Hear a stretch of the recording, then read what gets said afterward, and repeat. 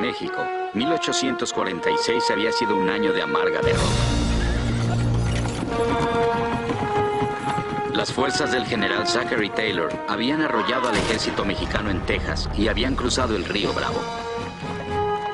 Hubo pérdidas adicionales. El presidente de Estados Unidos, James K. Polk, había enviado al ejército del oeste dirigido por Stephen Kearny a ocupar Nuevo México. En unos meses, California caería también. Pero para México, 1846 sería también el año en que regresaría del exilio el expresidente Antonio López de Santa Anna. Muy pronto, Santa Anna se enfrentaría a Zachary Taylor sobre un llano estéril y azotado por el viento en la batalla de la Angostura. Polk abriría un segundo frente invadiendo a México por el océano. De ser necesario, atacaría el corazón mismo del país. Nada menos que la Ciudad de México, los míticos salones de Moctezuma. La guerra entre los Estados Unidos y México, 1846-1848.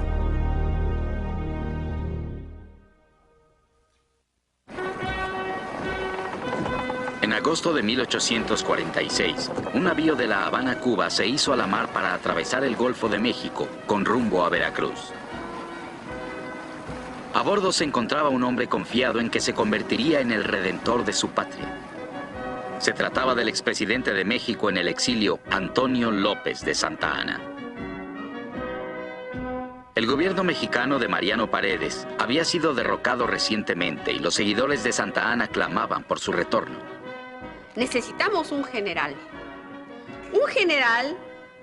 que sea capaz de conseguir un ejército sin dinero, que tenga suficiente, digámoslo de alguna manera, carisma para traer soldados, para hacerlos luchar sin efectivo, sin entrenamiento, sin nada, y que sea capaz de unificar determinados grupos. En una fecha anterior, ese mismo año, Santa Anna había enviado a un agente confidencial a entrevistarse con el presidente James K. Polk de Estados Unidos. El agente llevaba una propuesta sorprendente. Si Polk le abría un paso por el bloqueo que Estados Unidos mantenía en las costas de México, Santa Anna intentaría consumar la venta de California a los Estados Unidos. Los términos de la oferta eran vagos. En Estados Unidos muchos aún recordaban el Álamo y Goliat y odiaban a Santa Anna.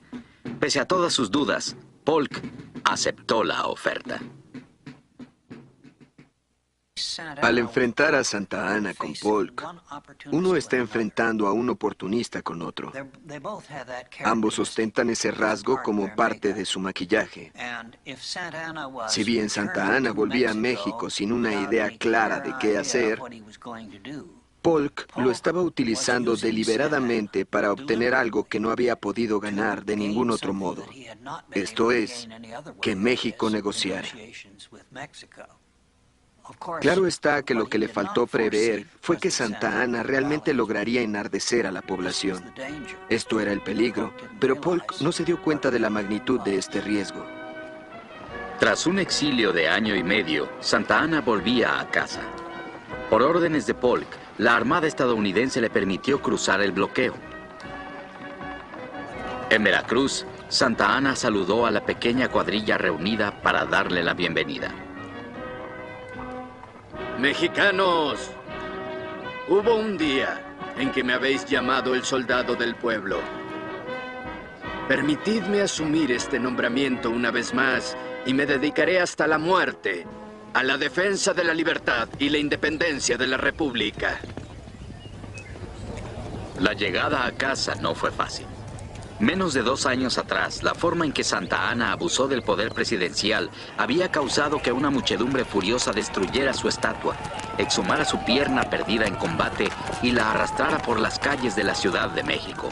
Ya para entonces corrían rumores de que Santa Anna podría haber pactado con Polk. La gente no sabe si es cierto, pero los políticos tienen desconfianza de Santa Anna.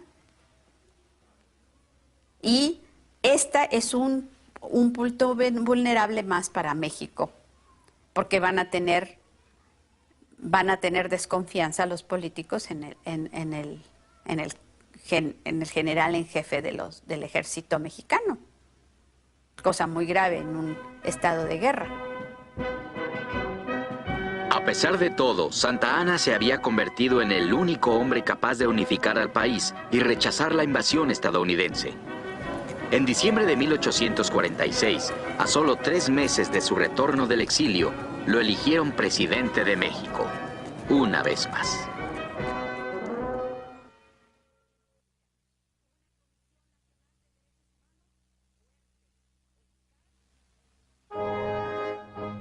En todo el ejército de Estados Unidos, un hombre destacaba por ser el general más capaz de ganar la guerra a México. El presidente Polk lo odiaba terriblemente. Su nombre era Winfield Scott, y era el comandante en jefe de las Fuerzas Armadas. Héroe de la guerra de 1812 y estratega prodigioso, Scott había viajado 2 veces a ultramar para estudiar las tácticas militares europeas. Algunos lo consideraban brillante y carismático. A otros les parecía fastidiosamente pomposo y vano. Ulysses Grant observaría en una ocasión que el general siempre vestía todo el uniforme permitido por la ley. Técnicamente era un soldado mucho más pulido que Taylor. Pero en contraste con el apodo de Taylor, viejo Zack, rudo y alerta, a Scott desafortunadamente se le conocía como el viejo de las galas y las plumas, pues adoraba la parafernalia militar. Además lo apasionaban los uniformes. También le gustaba tener a todo su personal a su alrededor. Así que cuando se metía en problemas, a la gente le encantaba verlo mortificado. Para el otoño de 1846, Polk estaba convencido de que necesitaba abrir un segundo frente contra México. Le hacía falta un comandante. En lo personal, Polk detestaba a Scott, y en lo político, le temía. Scott era miembro del partido opositor los Whig. Polk mantuvo a Scott tras un escritorio en Washington tanto tiempo como le fue posible, pero ahora el presidente requería su talento de soldado. No sin titubear, Polk encomendó a Scott el mando de la operación. Estaba tan agradecido y tan afectado que casi rompe en llanto.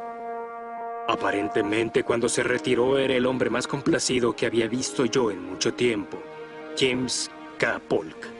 Desde un principio, Winfield Scott había señalado que solo una campaña mayúscula contra la propia Ciudad de México forzaría a los mexicanos a capitular. Lo haría como Cortés derrotó a los aztecas, desembarcando un ejército en la costa de Veracruz y avanzando 400 kilómetros a través de las montañas hasta la capital. Scott sabía que debía actuar rápidamente. Veracruz era famosa por sufrir epidemias de malaria y fiebre amarilla en la primavera. Un ejército invasor tendría que capturar Veracruz y avanzar a tierras más altas antes de esa estación. El general necesitaba tropas inmediatamente. Las disponibles y con más experiencia se encontraban acantonadas en el norte de México. Las huestes de Zachary Taylor. Taylor había erigido su base en Saltillo, una capital provinciana cerca de 100 kilómetros al sudeste de Monterrey. En enero de 1846 recibió una carta de Scott. Mi estimado general, me veré obligado a privarlo de la mayor parte de sus galantes oficiales y de los hombres a quienes usted ha comandado durante tanto tiempo y con tanta nobleza. General Winfield Scott. Taylor se alteró tanto que uno de sus asistentes lo vio poner una cucharada de mostaza a su café. Jamás había concebido tal menoscabo de mi ejército. La simple idea de seguir avanzando con lo que resta de estas fuerzas es demasiado descabellada para contemplarla siquiera un instante. General Zachary Taylor. Aún en su máxima expresión, el ejército de Taylor siempre se había visto en desventaja numérica. Entonces, con sus tropas reducidas a 5,000 voluntarios inexpertos, el general sabía que se encontraba peligrosamente expuesto. Lo que no sabía era que Santa Anna también se había percatado de eso. Para esos momentos, en enero de 1847, Santa Anna se encontraba en San Luis Potosí, al norte de la Ciudad de México, donde había logrado reclutar un ejército de 20,000 soldados. Algunos testigos observaron cómo los oficiales organizaban a reclutas tan inexpertos que muchos de ellos nunca habían tomado un fusil. Las tropas no estaban listas, pero Santa Anna se sentía obligado a ponerse en camino. Aún era víctima de sospechas respecto a sus tratos con Polk. Sus críticos inquirirían por qué no había luchado aún contra el enemigo. Gracias a la captura de algunos documentos, el general estaba al tanto de la invasión que Scott planeaba iniciar por Veracruz. En ese momento se enfrentaba a una decisión crucial. Era necesario impedir la incursión en Veracruz, pero una rauda victoria contra las debilitadas fuerzas de Taylor acallarían a quienes aún ponían en duda su liderazgo.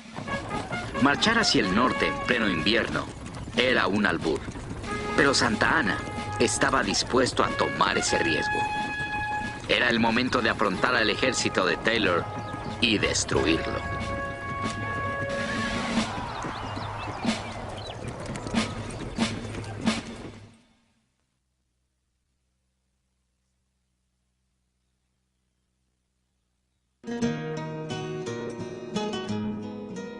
Saltillo está situada en la ladera de una montaña.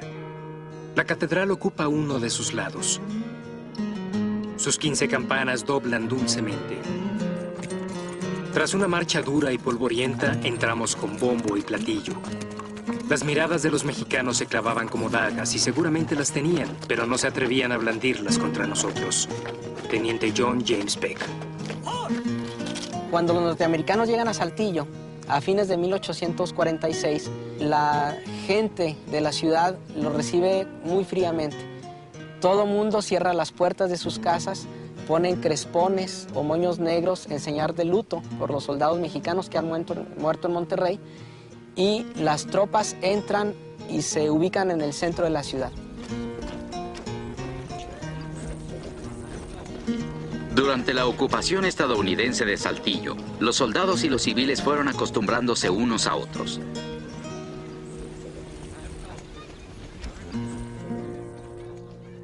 El teniente John Peck se hizo tiempo para apreciar los alrededores. Las damas de Saltillo son bellas.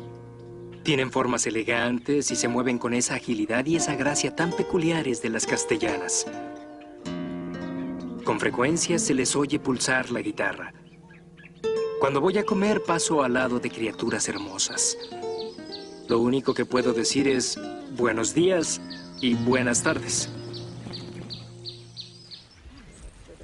No menos romántico, pero mucho más audaz, era un voluntario originario de Boston, el soldado Sam Chamberlain. Cuando niño, Chamberlain quería estudiar teología, pero en lugar de eso se convirtió en un pícaro autoproclamado que amaba las riñas y las hembras por igual.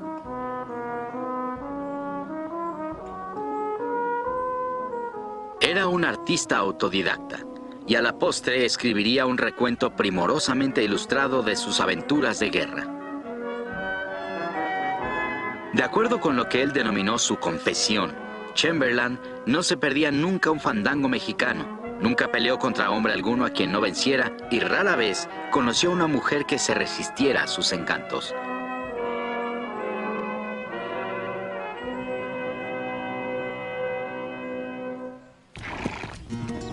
Pero Chamberlain era también un observador minucioso, y en sus memorias describió incidentes aterradores de la violencia de la guerra.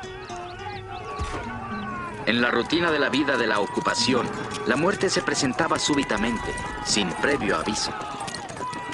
La guerrilla mexicana atracaba las caravanas de provisiones estadounidenses o secuestraba soldados solitarios, abandonándolos muertos y desfigurados. Los civiles mexicanos estaban entre la espada y la pared. Muchos de los pobladores de los municipios pequeños y de los ranchos, de las haciendas y las granjas, sufrían los ataques de la guerrilla mexicana, porque a veces se sospechaba que estaban ayudando al ejército norteamericano.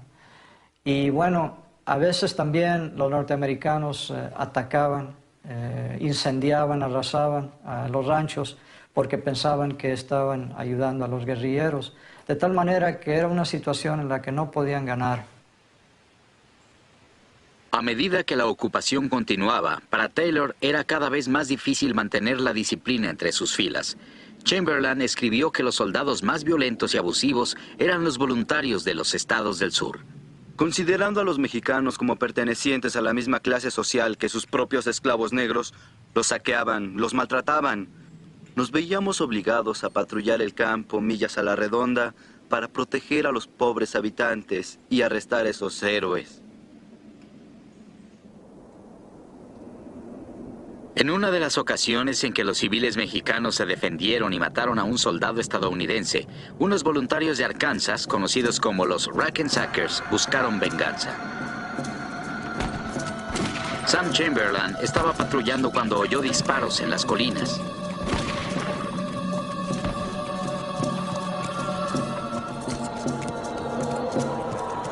El llanto de mujeres y niños llegó a nuestros oídos desde una cueva al fondo de un barranco. Presenciamos una escena aterradora. La cueva estaba repleta de voluntarios gritando como endemoniados, mientras sobre el suelo pedregoso yacían en un mar de sangre más de 20 mexicanos. Algunos moribundos, otros ya muertos.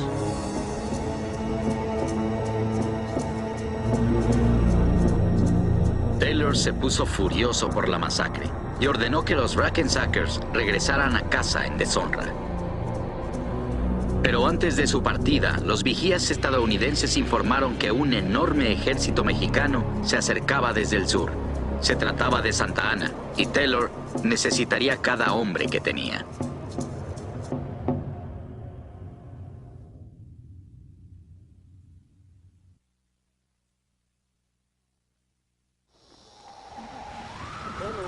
A mediados de febrero de 1847, durante 3 semanas, Santa Ana y su ejército habían sufrido jornadas agonizantes marchando hacia el norte, atravesando campos desolados. El teniente segundo Manuel Balbontín, sobreviviente de la batalla de Monterrey, temía morir congelado. Mucho frío, viento y nieve. La noche anterior habían muerto de frío algunos soldados y algunas mujeres. La tropa hambrienta y aterida de frío se resistía a marchar. La enfermedad, la deserción y la muerte habían causado ya muchas bajas. De los 20,000 hombres que iniciaron la marcha, solo restaban 15,000. Con los soldados viajaba un número desconocido de mujeres que decidieron marchar con el ejército para cuidar de sus hombres. Esas mujeres que a pie, con un enorme esfuerzo, llevando en la espalda a sus hijos y cargando los pequeños braseros para hacer la comida, acompañaban a los soldados y muchas veces ellas también morían. Morían de hambre, morían de enfermedades, morían de abandono, ¿no? De todas formas, Santa Ana obligaba a sus tropas a continuar la marcha hacia el norte, esperando sorprender al ejército de Taylor en Agua Nueva, al sur de Saltillo. Pero el general estadounidense lo esperaba en un sitio donde el camino a Saltillo atravesaba un paso estrecho que los mexicanos denominaban la Angostura. Los soldados estadounidenses le decían Buenavista por una hacienda cercana. La elección resultó afortunada. La planicie tenía profundos surcos y estaba rodeada por colinas y hondonadas. El escarpado terreno daría al traste con las mejores tropas de Santa Ana, la caballería. Sería casi imposible tomar las colinas. Por eso era defendible. Si uno ocupa las tierras altas, es fácil mantener las barrancas. Uno puede defenderse de un ejército mucho mayor. Eso fue exactamente lo que hizo Taylor. Gracias al atinado consejo de John E. Wool, que era muy buen soldado. Esa noche una terrible tormenta invernal sopló sobre los soldados, estremeciendo el cielo con truenos y relámpagos. Ambos bandos se recostaron junto a sus fusiles sin disparar, temblando de frío bajo los vientos gélidos. Al amanecer se asomó un día claro y helado. Las tropas de Taylor podían ver que su desventaja numérica era de 3-1. La mayor parte de ellos eran voluntarios que jamás habían estado en batalla. Los clarines sonaron entre las filas mexicanas. El soldado Chamberlain miraba azorado cómo el llamado pasaba de una unidad a la otra. Una procesión de dignatarios eclesiásticos con toda la primorosa parafernalia de la Iglesia Católica avanzaba entre las filas, precedida por bandas que tocaban un himno solemne. Su caballería era magnífica, unos 6,000, en uniformes azules de vivos rojos, con plumas y armas resplandecientes. Avanzaban sobre nosotros como si fueran a arrollar a nuestra escasa brigada y a terminar la batalla de un golpe. Soldado Sam Chamberlain.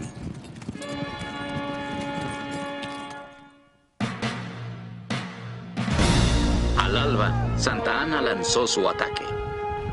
Las tropas mexicanas comandadas por el general Manuel María Lombardini aparecieron por una amplia cañada y atacaron la línea estadounidense. Rompiendo las filas de los norteamericanos, el ejército mexicano tomó la ofensiva y arrasó la planicie hacia el este. Los soldados mexicanos avanzaron al pie de las montañas y rodearon a las tropas estadounidenses para cerrarles el camino por la retaguardia. En lugar de lograrlo, hallaron los rifles del Mississippi al mando del coronel Jefferson Davis. Ese regimiento se había unido a otro de Indiana para crear una formación abierta en B. A medida que las tropas mexicanas cargaban, los soldados estadounidenses los hacían trizas.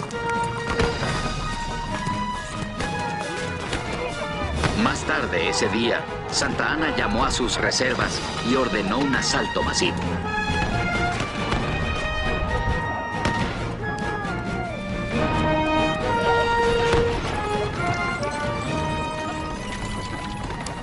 Pero una vez más la artillería estadounidense probó lo que valía. Las baterías dispararon contra las tropas mexicanas, derramando una mortal lluvia de metralla y municiones. El ataque mexicano se detuvo. Al caer la noche, ambos lados estaban exhaustos. Muchos se fueron a dormir preguntándose cómo sobrevivirían un día más. La noche del 23 debe haber sido una velada bastante impresionante para Taylor, sentado ahí en Buena Vista, porque sus tropas estaban deshechas por aquel día de batalla. Él sabía que pese a haber rechazado los ataques de Santa Anna, aún se encontraba en una gran desventaja numérica. Los refuerzos no habían llegado en números importantes. Tenía toda la razón al sentir que el día siguiente sería muy, muy duro. Al amanecer, los soldados norteamericanos atisbaron el campo de batalla. El ejército mexicano había desaparecido. Se retiran a Agua Nueva y Santa Anna menciona en su parte militar escrita sobre el campo de batalla que lo hace porque los soldados están muy cansados, porque tienen 2 días de no probar alimento, no han podido comer durante la batalla y tienen pues también casi 2 días de no probar ni siquiera agua, no haber tomado agua. Entonces él decide regresar a Agua Nueva y piensa, según menciona, volver a atacar días después. En realidad no lo hace. Para Santa Anna, aquel triunfo tan cierto que se antojaba el día anterior había sido una ocasión desperdiciada. El campo pertenecía a Zachary Taylor y a su ejército de voluntarios. Sería la última batalla de Taylor en esa campaña. Una victoria que lo convertiría en héroe en su hogar. No obstante, las bajas estadounidenses en la Angostura fueron las más numerosas que tuvieron en toda la guerra. 659 hombres muertos o lesionados. Al ejército mexicano le fue mucho peor. Más de 1,600 bajas. La hilera de soldados heridos se extendía más allá de Agua Nueva. Al caer la noche, muchos se enfrentaban a un destino fatal. Esos hombres abandonados en medio del desierto, revolcándose en su sangre, tiritando de frío, con una sed devoradora, manifestaban en su rostro lívido la horrible calma de la desesperación. A su vista se presentaban ya los coyotes y perros que esperaban el momento de empezar su espantoso banquete. Guillermo Prieto.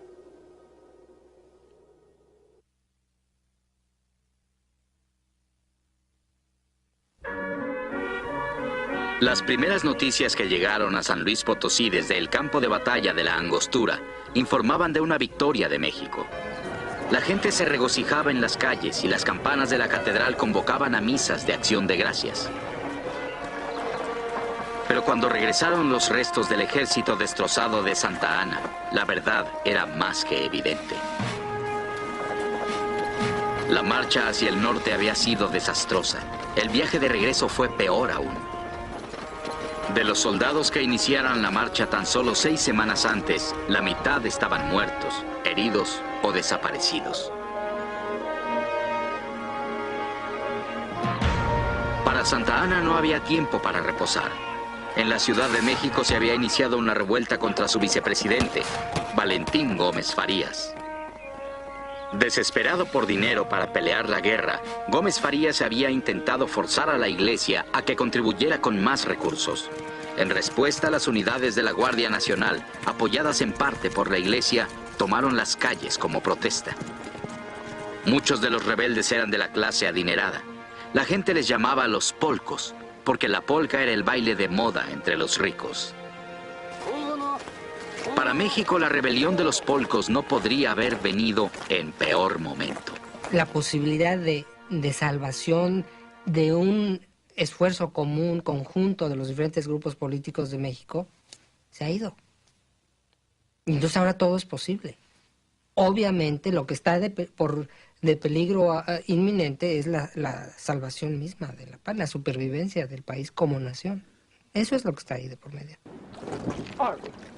Además de que el gobierno estaba a punto de ser derrocado, México se encontraba frente a otra crisis. En la costa de Veracruz, el general Winfield Scott se preparaba para iniciar otra invasión del país. 10,000 soldados de Estados Unidos divisaban la playa ansiosamente. Sería el primer desembarco anfibio que intentarían los Estados Unidos. La operación era arriesgada. Las consecuencias de un fracaso serían devastadoras. Scott sabía asimismo que las probabilidades en su contra eran abrumadoras. Tenía que desembarcar un ejército en Veracruz, establecer una base de provisiones, marchar 400 kilómetros y tomar la capital de una nación hostil. De ese modo conquistaría la paz, no conquistaría una nación. Claro que eso es una lista de órdenes bastante larga. Y como dije antes, prácticamente era una misión sin precedente en la historia. En Veracruz, el comandante general Juan Morales pidió refuerzos a la Ciudad de México. Pero el gobierno no podía responder. La revuelta de los polcos había paralizado a la capital. ¿Qué delirio se habría apoderado de los mexicanos para provocar una guerra fratricida cuando un enemigo extranjero se enseñoreaba de nuestras ciudades y pisaba orgulloso el territorio nacional? Veracruz se resignaba con su suerte. Manuel Pairo. Por la mañana del 9 de marzo de 1847, el día amaneció claro y tranquilo. Scott decidió que había llegado la hora. Los soldados de Estados Unidos saltaban de las cubiertas de los barcos de transporte a las lanchas que Scott había diseñado para el desembarque. Atiborrados, hombro con hombro, los hombres se daban ánimos para lo que aseguraban sería una batalla terrible en la playa. A las 5:30 de la tarde, un disparo retumbó desde el navío almirante de Scott. La invasión había comenzado.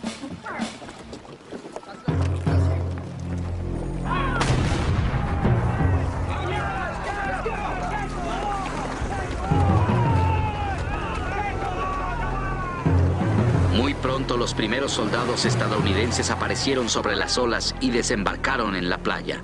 Para su sorpresa no se disparó ni una sola bala. El general Morales y sus tropas permanecieron tras las gruesas murallas fortificadas de Veracruz, rogando aguantar hasta que llegaran refuerzos.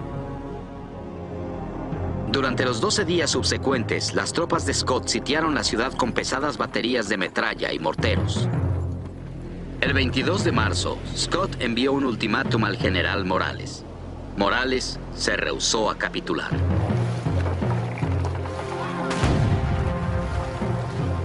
Al día siguiente, una batería de 6 grandes cañones navales repicaron con un revuelo de balas que se levantaban muy alto en el aire antes de caer sobre la ciudad. Las armas habían sido dispuestas por un ingeniero militar de 40 años de edad, originario de Virginia y de nombre Robert E. Lee. Los cañonazos disparados desde nuestra batería eran descargas constantes y regulares, tan bellas al volar y tan destructoras al caer. Fue horrible. Mi corazón sangraba por la población. Los soldados no me importaban tanto. Pero era terrible pensar en las mujeres y en los niños. El bombardeo continuaba día y noche. Por todos lados ardían mortíferos incendios. El hospital de cirugía que está situado en el convento de Santo Domingo sufre con el fuego. En el momento en que se opera a un herido, la explosión de una bomba apaga las luces. Cuando se encienden de nuevo, se halla al paciente despedazado y otros muchos heridos o muertos. José María Castillo Velasco. Durante 3 días y noches de horror, las armas estadounidenses dispararon cerca de 6.700 cañonazos a la ciudad. Para el 4.º día, los párrocos ya no se atrevían a salir para ungir los santos óleos a los muertos y a los moribundos. Finalmente, la gente ya no soportó más. Veracruz capituló.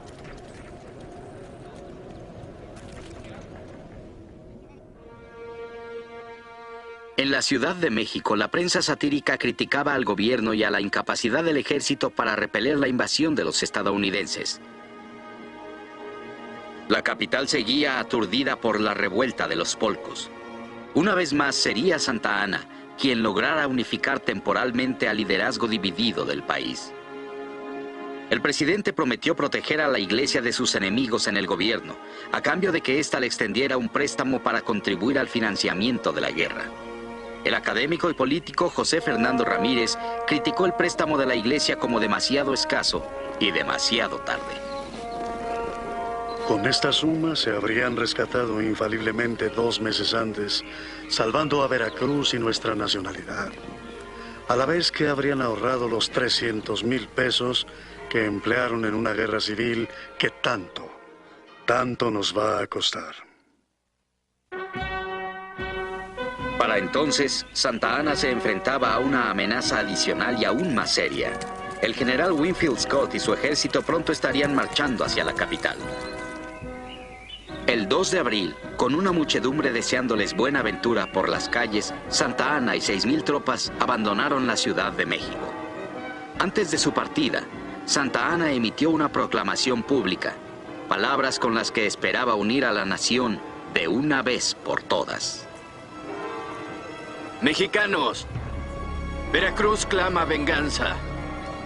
Seguidme y lavemos las máculas de su deshonra. Para nuestra vergüenza se dice que, con nuestros interminables desacuerdos, nosotros mismos sembramos el germen de este deplorable infortunio. Mexicanos, la causa de la nación es infinitamente justa, aunque Dios parezca habernos abandonado. La hora del sacrificio ha sonado. Vuestro destino es el destino de la nación. El destino de ella no está en manos de los norteamericanos, sino en las vuestras.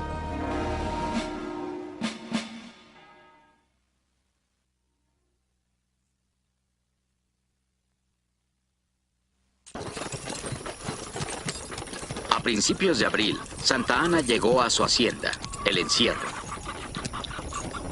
Tiempo atrás, en El Encierro, Santa Anna se había refugiado del mundo de la política y de la guerra. Ahora se convertiría en su base militar. La propiedad se encontraba a 115 kilómetros de Veracruz por la carretera nacional, directamente en el camino por el que avanzaba el ejército de Scott. Aquí en sus tierras, Santa Anna planeaba arremeter contra la invasión de Estados Unidos y obligar al ejército de Scott a que se replegara a la costa, donde la fiebre amarilla haría el resto del trabajo. No muy lejos de su hacienda, en las sinuosas colinas cercanas al pueblo de Cerro Gordo, Santa Anna aprestó a 12,000 hombres. De ese modo, las fuerzas mexicanas bloquearon el camino hacia la Ciudad de México. En ese punto, la carretera pasaba entre empinadas montañas por un lado y una barranca que terminaba en un río por el otro. Está en una posición elevada. Los flancos están bien protegidos por el río a la derecha y supuestamente por terreno impenetrable a la izquierda. Creo que haber seleccionado ese terreno fue casi magistral.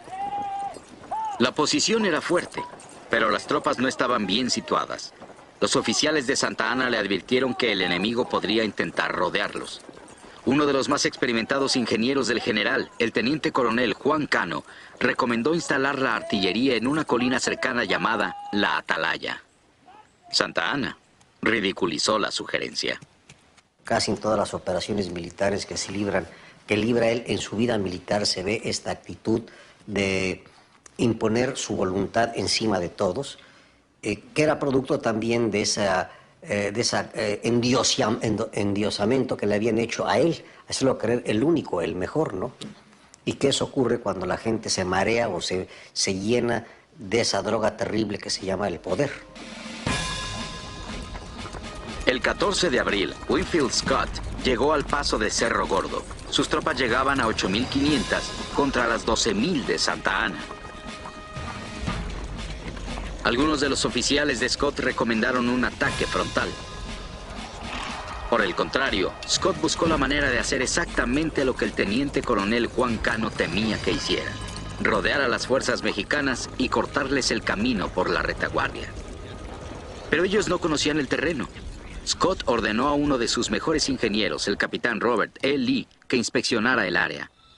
En la madrugada del día siguiente, Lee salió sigilosamente del campamento para encontrar una vereda por las empinadas barrancas.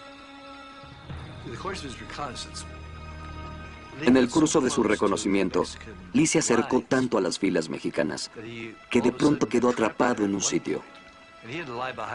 Tuvo que esconderse durante horas tras un tronco. Mientras los mexicanos charlaban y bebían, sentados sobre el mismo tronco tras el cual él se escondía. Por poco perdemos un buen soldado en ese lugar. Pero la información que trajo como resultado de eso era extremadamente valiosa. Los esquemas de Lee mostraron a Scott que había un modo de rodear el flanco mexicano. Esa noche, Scott ordenó instalar cañones exactamente sobre la colina que Santa Ana se rehusó a fortificar, la Atalaya. A las 7 de la mañana, la batería estadounidense situada en la Atalaya abrió fuego, tomando a las tropas mexicanas por completa sorpresa. Todas nuestras fuerzas se lanzaron a una lucha cuerpo a cuerpo y nos enfrentamos a los mexicanos a punta de bayoneta.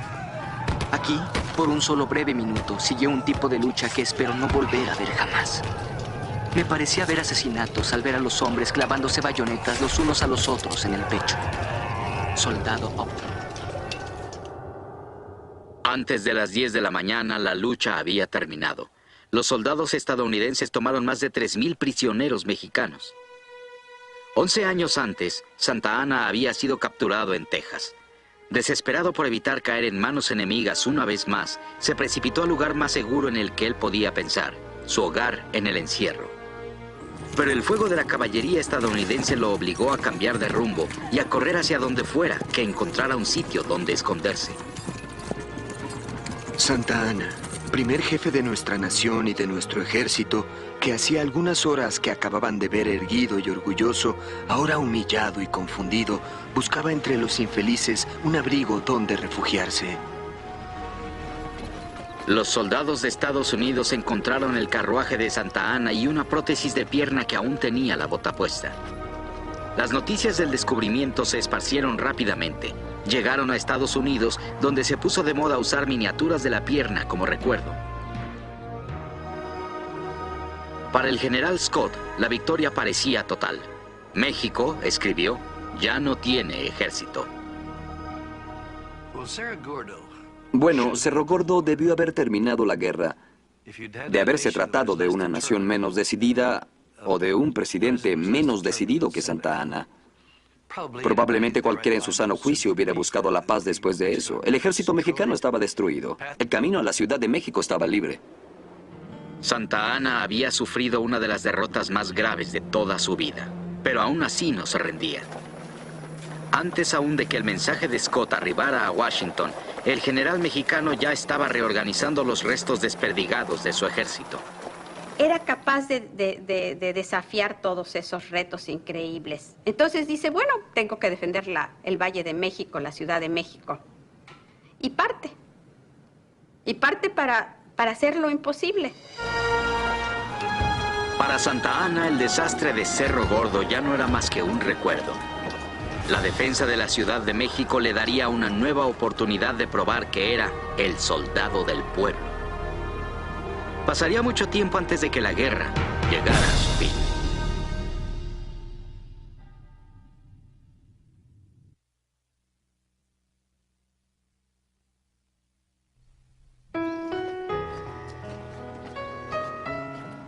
Querido padre, ¿qué te poseyó para enviarme hasta este lugar?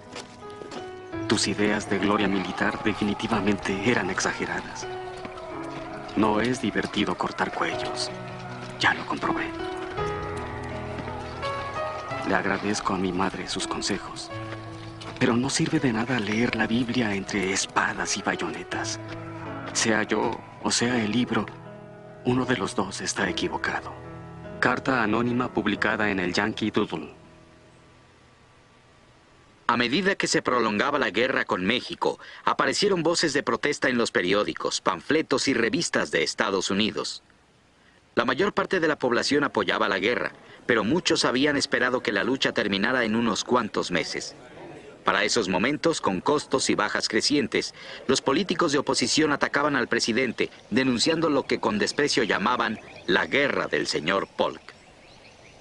Polk se defendía cuestionando el patriotismo de sus críticos. ¿No podría encontrarse un método más efectivo para alentar al enemigo y prolongar la guerra que adherirse a esa causa y así darles asistencia y calma? Mucha de la oposición provenía de las fuerzas antiesclavistas que opinaban que la guerra era parte de una estratagema sureña para expandir la esclavitud. Entre los opositores del presidente se encontraba el liberto y líder abolicionista Frederick Douglass. La determinación de nuestro presidente esclavista para continuar la guerra y la probabilidad que logre privar al pueblo de sus hombres y su dinero para proseguirla queda en evidencia por la insignificante oposición que se une en su contra. Nadie parece atreverse a apoyar una paz a cualquier costo.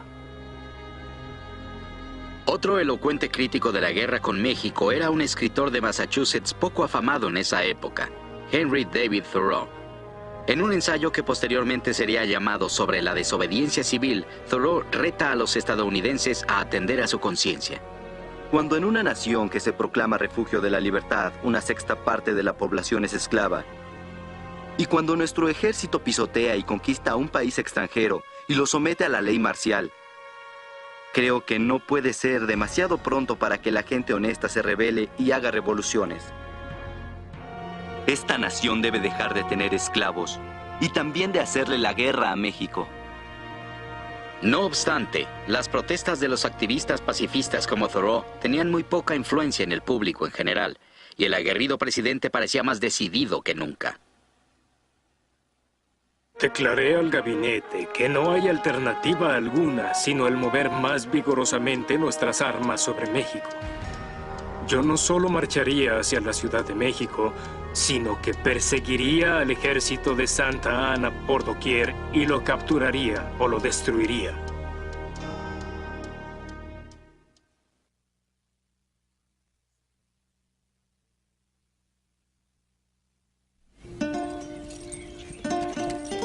Entre las cimas de los dos volcanes, el Popocatépetl y el Iztaccíhuatl, con 60,000 residentes, Puebla de Los Ángeles era la segunda ciudad más grande en México.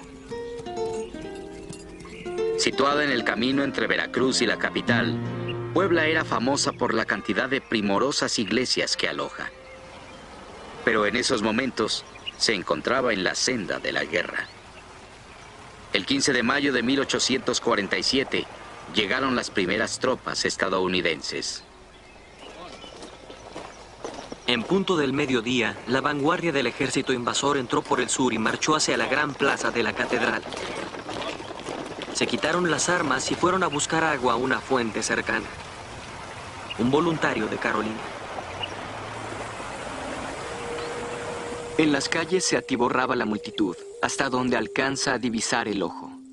Nuestro pequeño ejército de 4,000 hombres se perdía completamente entre la muchedumbre que se agrupaba alrededor de nosotros, examinándonos tal como examinarían al ganado en un rastro. Capitán Kirby Smith. Lograda la ocupación de Puebla, Scott tomó unos días para descansar y reorganizar a sus tropas. Algunos aprovecharon la oportunidad para pasear por las calles de la hermosa y antañona ciudad. Muchos presbiterianos de Nueva Inglaterra o metodistas de Ohio estaban azorados por la opulencia de algunas de las iglesias poblanas. Y en Cholula, en las afueras de Puebla, los soldados estadounidenses se maravillaban al ver una gigantesca pirámide que contaba ya más de 1000 años de historia, la cual fue construida por los toltecas para adorar a su dios Quetzalcóatl. Más tarde, los españoles construyeron una iglesia católica en la cúspide. Muchos soldados habían leído acerca de Cholula en un libro muy famoso de la época llamado La Conquista de México, escrito por William Prescott. Muchos soldados llevaban copias del libro. Lo usaban como algo parecido a una guía y querían visitar todos los sitios con los que se identificaba a Cortés, según habían leído en el libro de Prescott.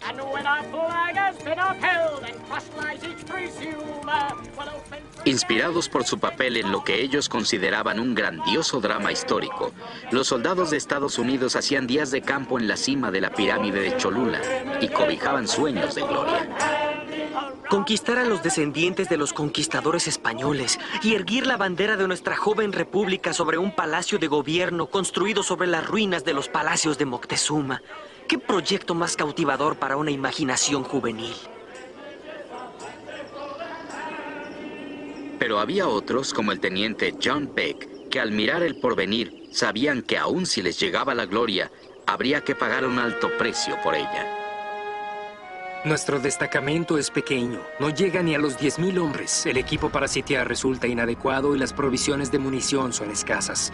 Confío en que no nos podrán vencer, pero la probabilidad de éxito es baja y el resultado lo habrá de decidir la bayoneta.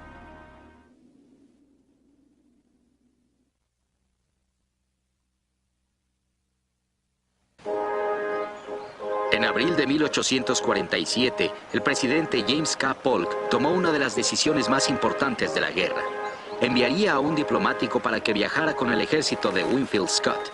Su nombre era Nicholas Trist y era el segundo al mando en el Departamento de Estado. Había desempeñado el puesto de cónsul de Estados Unidos en Cuba y hablaba español con fluidez. Trist también tenía buenos contactos en Washington. Estaba casado con la nieta de Thomas Jefferson y había sido un colaborador cercano de los presidentes Andrew Jackson y James Madison. La tarea del diplomático consistía en lograr lo que la invasión no había sido capaz de hacer realidad, una negociación exitosa con México. Desgraciadamente, era un hombre muy irritable y tenía un temperamento bastante explosivo. Más aún, era un escritor compulsivo y escribía despachos y cartas muy largos, en los que decía muchas cosas que hubiera sido mejor callar. El 6 de mayo de 1847, Nicholas Trist desembarcó en Veracruz. Casi de inmediato se las arregló para ofender a Winfield Scott. Trist envió a Scott una propuesta en sobre lacrado con instrucciones de entregarla a un oficial mexicano. Sin embargo, Trist no se molestó en informarle los detalles de la propuesta al general Scott, y este se encolerizó ante la idea de que pasaban por encima de él. El secretario de Guerra se propone degradarme al requerir que yo, quien está al mando de este ejército, le haga reverencias a usted, el jefe de empleados del Departamento de Estado. La cuestión de si ha de firmarse o no un armisticio es, sin lugar a dudas, un asunto de naturaleza militar que necesariamente concierne al comandante de las fuerzas invasoras. La seguridad de este ejército no merece menos que eso. General Winfield Scott. Trist demoró 6 días en redactar su respuesta y se extendió 30 páginas. El rumbo que nuestro gobierno ha decidido seguir es el que cualquier hombre con el mínimo sentido común hubiera dado por sentado que debería tomarse. Y no el que decida seguir usted con su exuberante ostentación ni con su imaginación cultivada en demasía.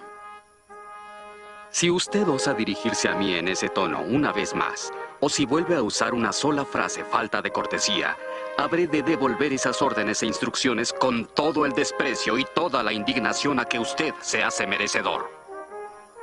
Durante más de un mes, Scott y Trist rehusaron dirigirse la palabra y la propuesta de paz se quedó sin entregar.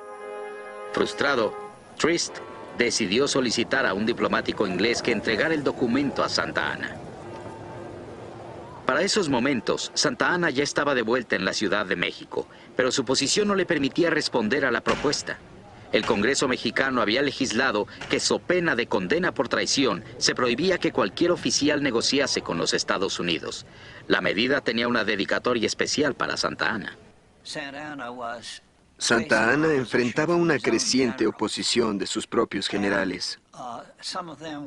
Había quien lo acusaba de vender el país o de estar dispuesto a venderlo a los estadounidenses. Considerando la historia previa de Santa Anna, esta no era una sospecha descabellada, pues Santa Anna siempre estaba al acecho de la mejor oportunidad. Esa es una situación muy curiosa, ¿no? Por un lado existe el temor a una figura importante como era Santa Anna, de que él pudiera convertirse en un dictador declarado y borrar de un solo plumazo al Congreso. Pero también sabían que no había, es decir, ¿quién era la única persona que podía aglutinar los esfuerzos finales del país? Pues volvían a Santa Anna. En Puebla, la guerra privada entre Nicholas Trist y Winfield Scott estaba a punto de concluir. A fines de junio, Trist enfermó de disentería, poco después de enviarle a Scott una carta de reconciliación. La comunicación satisfizo a Scott, quien respondió con un presente para el diplomático doliente. Mi estimado señor, al revisar mis repisas, me encontré una caja de mermelada de guayaba que el médico quizá le permita hacer parte de su dieta. Afectuosamente, Winfield Scott. Cuando Trist se recuperó y los dos personajes finalmente se vieron frente a frente, descubrieron mucha afinidad y no tardaron en entablar una entrañable amistad. Pero Scott enfrentaba entonces una profunda crisis. Los canales de abastecimiento de su ejército tenían que cruzar 320 kilómetros de sierra para llegar desde Veracruz. Las caravanas que recorrían la carretera nacional sufrían ataques constantes a manos de bandidos y guerrilleros. La solución que encontró Scott fue tan simple como audaz. Cortó sus canales de abastecimiento hacia la costa. A partir de entonces, su ejército sobreviviría por otros medios. La decisión asombró a un viejo conocido que seguía el curso de la campaña de Scott desde la lejanía. El duque de Wellington, el vencedor de la batalla de Waterloo contra Napoleón. Scott está perdido. El éxito se le ha subido a la cabeza. Ni puede tomar la Ciudad de México, ni puede replegarse a su propia base. No abandonará México sin permiso de los mexicanos. Para Scott, sin embargo, como 300 años antes para Cortés, que quemó sus navíos en Veracruz, no habría marcha atrás. El 5 de agosto de 1847, Scott ordenó a su ejército iniciar la marcha hacia la Ciudad de México. Decidí dejar de depender de Veracruz y convertir a mi ejército en una maquinaria autosuficiente. Era menester desenvainar y avanzar espada en mano hacia nuestro objetivo.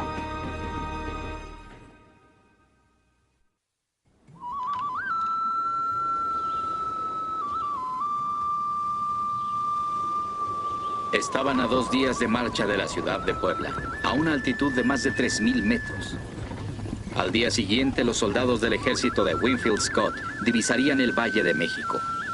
Sabían que ahí se encontrarían con la Ciudad de México y con un ejército dirigido por el general Antonio López de Santa Anna. Mientras las tropas estadounidenses tiritaban de frío, quizá algunos tomaron sus copias de la historia de la conquista de México de William Prescott para leer lo que Cortés y sus hombres habían visto 300 años antes. El Valle de México, o Tenochtitlan, como los nativos lo llamaban usualmente, se extendía como un alegre y primoroso panorama frente a ellos. Y en el centro de la enorme hondonada, cual emperatriz india con su corona de perlas, la famosísima Venecia de los aztecas. Tal fue la bella visión que presenciaron los conquistadores. La guerra entre los Estados Unidos y México, 1846-1848. El 10 de agosto de 1847, el general Winfield Scott y su ejército marcharon desde las montañas para descubrir 1000 metros abajo al Valle de México. Y cerca del centro, el objeto de todos nuestros sueños y esperanzas, afanes y peligros. Lo que alguna vez fuera el magno trono de Moctezuma. Probablemente ni un hombre en la columna pudo evitar decirle a su compañero o a sí mismo: esa espléndida ciudad pronto será nuestra. General Winfield Scott. No todos los soldados se sentían tan confiados como su comandante. Aún desde la distancia podían ver que la Ciudad de México no sería fácil de capturar. La capital estaba rodeada de lagos y cenagales. Solo 8 calzadas cruzaban las aguas, entrando cada una a la ciudad a través de una garita fortificada. En desventaja numérica y sin la más leve esperanza de recibir refuerzos, los estadounidenses sabían que sería imposible replegarse. Para el capitán Kirby Smith, la baja probabilidad de sobrevivir estaba demasiado clara. 10.000 hombres para conquistar una ciudad de casi 300.000 habitantes. Lo haremos, pero quizá paguemos un precio muy alto. México ha de caer, o todos habremos de encontrar una tumba.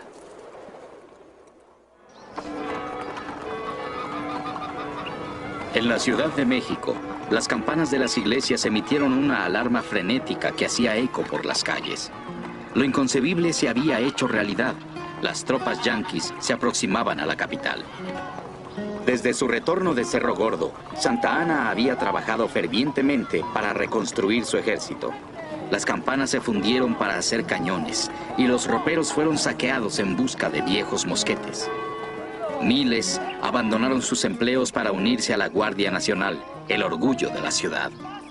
Mi batallón estaba formado por albañiles, sastres, carpinteros. En una palabra, artesanos. Se llamaba el Batallón de la Independencia. Nuestras armas eran pobres porque, siendo trabajadores, solo podíamos comprar viejos fusiles. Soldado Perfecto Falcón. Entre nuevos reclutas y veteranos leales, Santa Anna se las arregló para articular un ejército de más de 25.000 hombres. La mayor parte de las tropas fue situada en puntos estratégicos alrededor de la ciudad. El resto se enfrentaría a los yanquis al este de la capital, en El Peñón, una colina prominente que dominaba la vista de la carretera nacional. Los gritos y vítores llenaban el aire mientras 7.000 hombres de la Guardia Nacional, bajo el mando personal de Santa Anna, marchaban hacia el Peñón para defender a la ciudad y a la nación. Por donde quiera se escuchaban vivas al ejército, al general Santa Anna, a la República. Las familias corren por las calles al lado de la tropa. El hermano se arranca de los brazos del hermano. La esposa sigue en la formación y marcha al lado de su consorte. La amante ruborosa, fingiendo tranquilidad, pero la traiciona el llanto. La madre observa y solloza, ruega porque amparen a su hijo. Las bendiciones y las súplicas se confunden con el sonido monótono de las bandas militares. Guillermo Prieto. El 12 de agosto, el avance de los estadounidenses llega a un crucero 50 kilómetros al este de la Ciudad de México. Pero para sorpresa de Santa Anna, Scott eludió el Peñón por completo, rodeando la ciudad hacia el sur. Es un movimiento crucial clásico. Ha sacado de su posición a los mexicanos sin disparar una sola bala. Y ese es el genio de Scott en esta guerra, su habilidad de hacerlo. Santa Anna recuperó rápidamente la formación de su defensa, situando a 20.000 soldados en una línea de 8 kilómetros entre Scott y la ciudad. Al este de las tropas de Scott se encontraban cenagales, pantanos y lagos. Hacia el oeste se encontraba un terreno impenetrable de lava endurecida, una tierra de nadie hecha de rocas filosas llamado el Pedregal. Con ello, Santa Anna bloqueó el acceso del ejército estadounidense a la capital. La estrategia podría haber funcionado, excepto por las acciones de uno de los rivales de Santa Anna. El general Gabriel Valencia era ambicioso y poderoso, y veía la victoria en el campo de batalla como su camino a la presidencia. Contraviniendo sus órdenes, avanzó a una posición cercana al pueblo de Contreras. De ahí, Esperaba enfrentarse a las huestes estadounidenses y ganarse la gloria. Valencia creía que su flanco estaba protegido por lo que todos sabían eran los terrenos impenetrables del Pedregal. Pero el 19 de agosto, el incrédulo general mexicano vio a 3.500 tropas de Estados Unidos aparecer de la lava volcánica. Por órdenes de Scott, Robert E. Lee había encontrado una forma de cruzar. Entonces Valencia estaba en peligro de que le cortaran el acceso al grueso del ejército mexicano. Desesperado, solicitó refuerzos. Pero Santa Anna se rehusó. Valencia es un mequetrefe insubordinado, dijo Santa Anna. Dejen que desperdicie sus armas y se repliegue. Esa noche, las tropas estadounidenses idearon un plan audaz. Un ataque sorpresa sobre la retaguardia de Valencia. Alguien necesitaba cruzar el Pedregal y regresar con más tropas.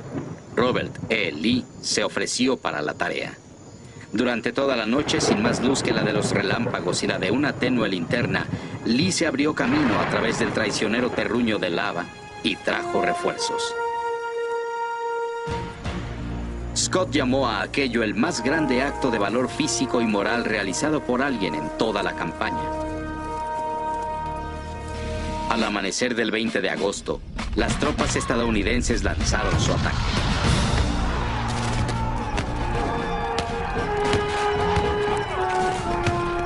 La batalla duró solo 17 minutos. 700 soldados cayeron, otros 813 fueron tomados prisioneros, entre ellos 4 generales. Lo que ha ocurrido es el resultado de la estupidez cometida por el desobediente Valencia y la inconcebible conducta de Santa Anna al permanecer como observador inmóvil, viendo cómo se arruinaba su rival. No fue esta la primera vez, ni será la última, que el criminal deseo de los generales por superarse unos a otros resulte en la ruina de una nación. Manuel Gómez Pedraza. La retirada de Valencia esparció el pánico entre las filas mexicanas. Muy pronto el camino a la Ciudad de México estaría repleto de soldados que huían. Las tropas de Scott cedieron a la persecución. Sonó el paso redoblado y todos marcharon presurosos. Muy pronto alcanzamos el camino y se inició una persecución tenaz. Capitán Kirby Smith. La clave de la retirada a salvo del ejército mexicano era cruzar el río Churubusco. Santa Anna ordenó que el puente se mantuviera a cualquier costo. Desde atrás de las murallas fortificadas de un ex monasterio, los disparos mexicanos rebotaban en el suelo intentando contener el avance de las tropas de Estados Unidos. Inmediatamente frente a nosotros, a unos 500 metros, el clamor del fuego de los mexicanos excedía cualquier cosa que jamás hubiésemos oído. Estábamos expuestos a un horrendo fuego cruzado que difícilmente resistiríamos. Capitán Kirby Smith. Las cabezas de las columnas fueron barridas como polvo y las compañías cortadas en pedazos. El teniente Holloway fue alcanzado mientras hablaba conmigo y yo pensé en el pasaje. Uno será llevado, otro permanecerá. Teniente John James Beck. Poco a poco, el fuego de las armas mexicanas situadas en el monasterio y sobre el puente comenzó a atenuarse. ¿Parque? ¿En dónde está el parque? Estas palabras se oían en todas partes. Los soldados de un punto venían a otro para preguntar a sus compañeros si tenían cartuchos. Soldado Perfecto Falcón. El coronel Juan Cano, el ingeniero que había aconsejado a Santa Anna en Cerro Gordo, era el responsable de la fortificación del monasterio. Después de mortal espera, Santa Anna envió un carro de municiones. Se precipitaron a él. Las balas eran para armas de mayor calibre. Entonces, se cuenta, trataron a aquellos desesperados de cargar sus fusiles con piedras. Teniente Coronel Juan Cano. Una y otra vez ondearon banderas blancas en el monasterio, solo para verlas destrozadas por los soldados del batallón de San Patricio, desertores norteamericanos que habían cambiado al bando mexicano. Muchos de ellos eran irlandeses, la mayoría católicos. El batallón de San Patricio, desertores norteamericanos conscientes de que enfrentarían la horca si los capturaban, realmente fortalecieron la columna vertebral de la resistencia. Y eso resultó ser una batalla más seria que lo que Scott tenía razón alguna de esperarse. Fue muy costosa porque Scott no podía. Realmente no tenía un solo hombre que perder en esta campaña. Para entonces le quedaban unos 8,000 efectivos. Después de más de 3 horas de fiero combate, las fuerzas de Scott abatieron a los defensores doblegándolos a punta de bayoneta. El día de la batalla, desde Contreras hasta Churubusco, dejó a su paso una huella de cadáveres que se extendía por varios kilómetros. Los norteamericanos sufrieron más de 1,000 bajas.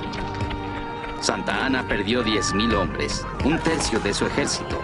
3,000 fueron tomados prisioneros, incluyendo a 8 generales, 2 de ellos expresidentes de México. Perfecto Falcón, del Batallón Independencia, logró escapar. Para él, no habría más lucha.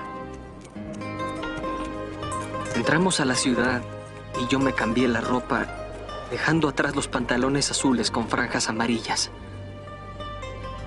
Y me fui a casa a relatar todo lo que había sucedido. Perfecto Falcón. Una vez más, su ejército había sido quebrantado y obligado a replegarse. Aún así, Santa Anna buscaba el modo de mantenerse al mando. Esa misma noche, envió mensajeros a la base de Scott para proponer una tregua. Scott aceptó. Dispuesto a dejarle a esta república, que no tiene ningún valor inmediato para nosotros, algo de lo que pudiera estar orgullosa, detuve a nuestras victoriosas huestes en las puertas de la ciudad. La Ciudad de México estaba abierta de par en par para Scott después de Churubusco.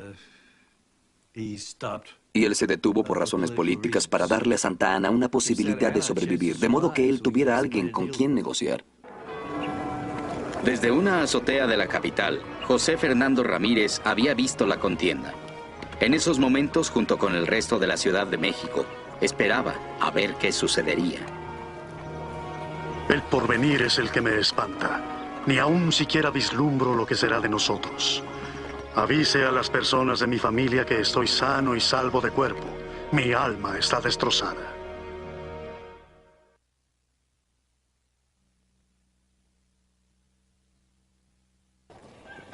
La lucha se había detenido. En esas tristes horas, las otrora alegres calles de la Ciudad de México estaban extrañamente silenciosas. Multitud de familias habían emigrado. Las puertas y balcones estaban cerrados. La sola vista de la ciudad desierta inspiraba tristeza y pavor. Era como el semblante de una beldad sin movimiento y con las cuencas vacías en donde brillaron los hermosos ojos. Guillermo Prieto.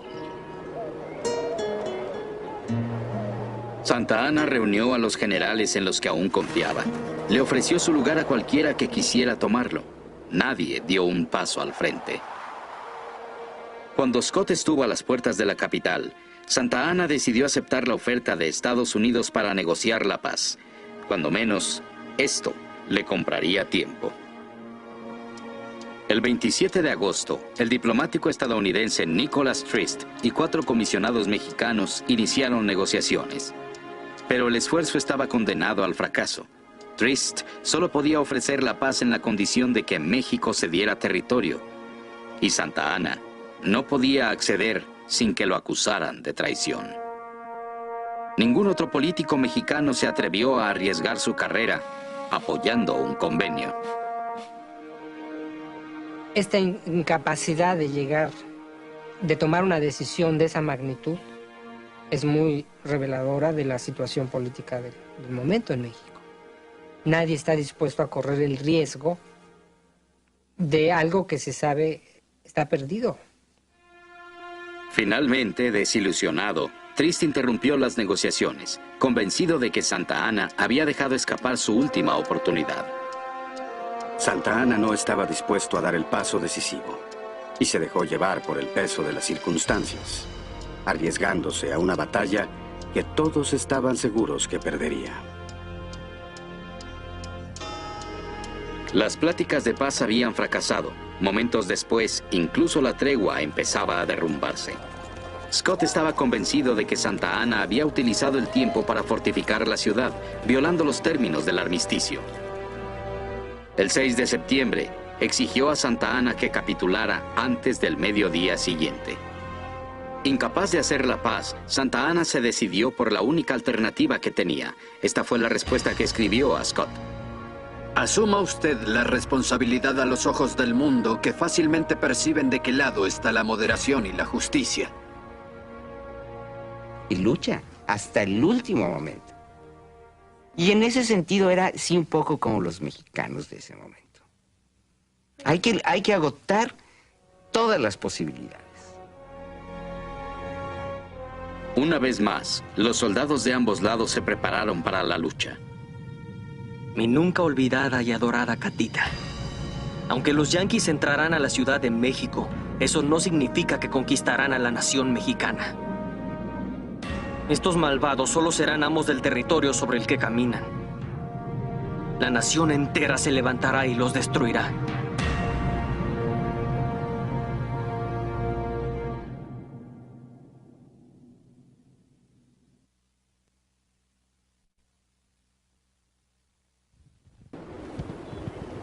La tregua llegó a su fin. La batalla por la Ciudad de México no tardaría en comenzar. Scott ordenó a sus ingenieros que investigaran las vías de entrada a la capital. Había dos rutas de ataque posible. Una desde el sur, por la garita de San Antonio. Otra desde el oeste, por las garitas de San Cosme y Belén. En el acceso occidental se encontraba un antiguo molino llamado Molino del Rey. Corrían rumores de que ahí se almacenaba pólvora y de que se había instalado una fundición para convertir campanas en cañones. Scott ordenó que se capturara el molino. Al caer la noche sobre el campamento estadounidense, el capitán Kirby Smith se tomó unos instantes para escribir a su esposa. Mi amadísima, casi desvarío al reflexionar sobre la desamparada situación en la que caerás. Con los niños dependiendo solo de ti si yo caigo en la próxima batalla. Mañana iremos al matadero. Agradezco a Dios que no sepas el peligro que corremos. Buenas noches.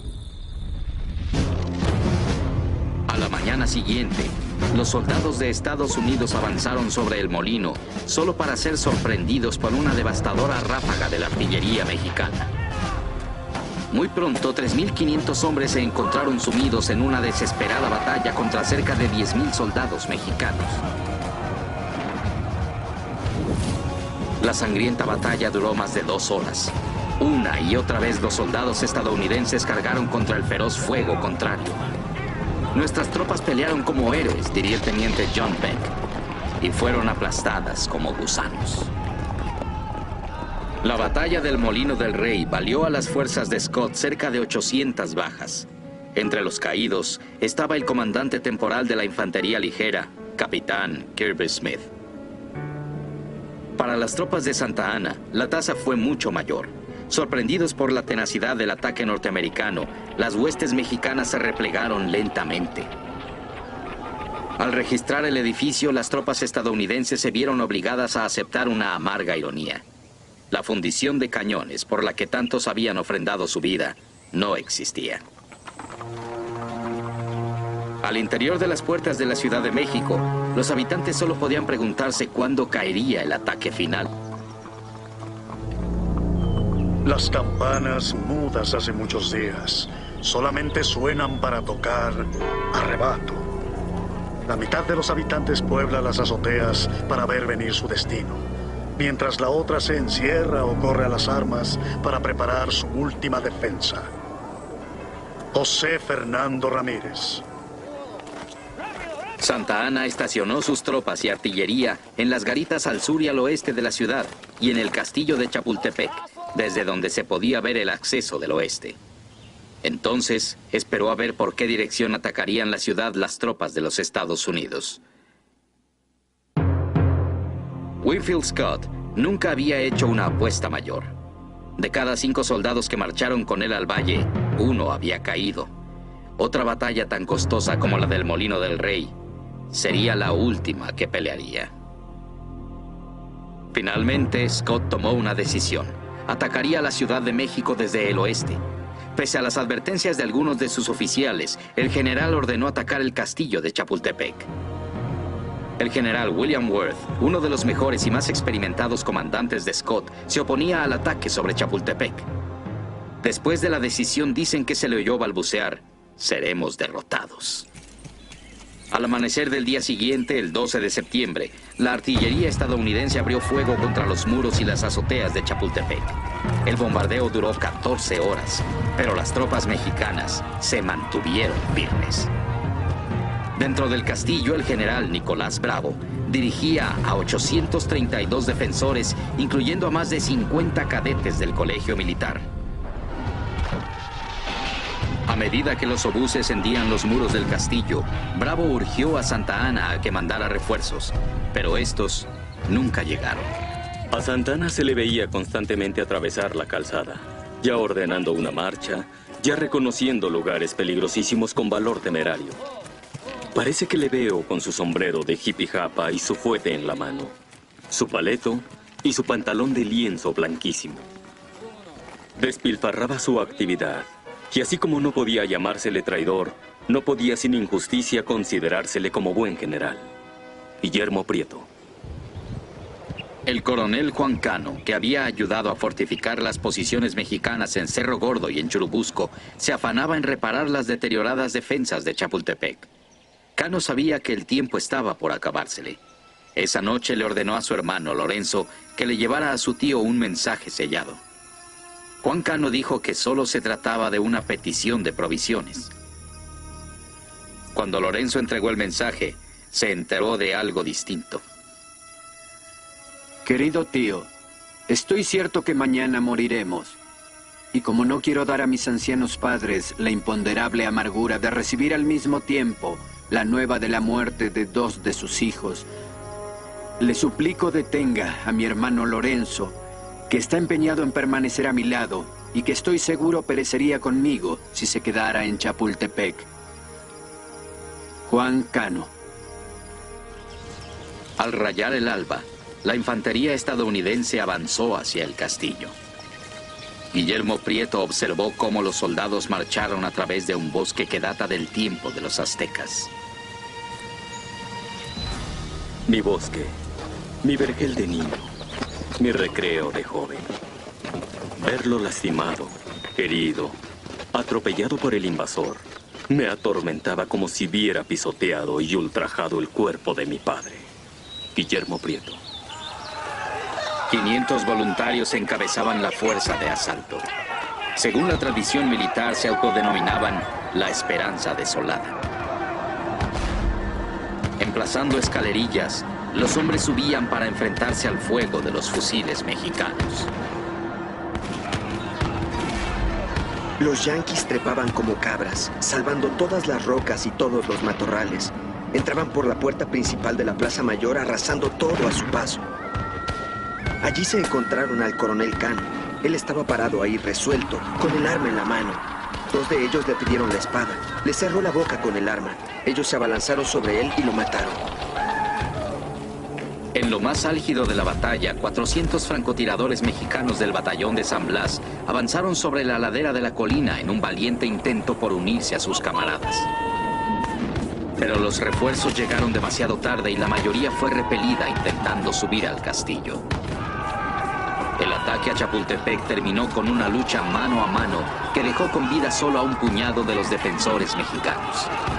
Entre los caídos se encontraban algunos de los cadetes, el más joven, de solo 13 años de edad. Se dice que 6 de ellos prefirieron la muerte a la rendición. Ellos se convertirían en héroes nacionales de México, los niños héroes de Chapultepec. Cuenta la leyenda que uno de ellos, Juan Escutia, se envolvió en la bandera de México y se precipitó a la muerte, arrojándose desde lo alto de un muro del castillo.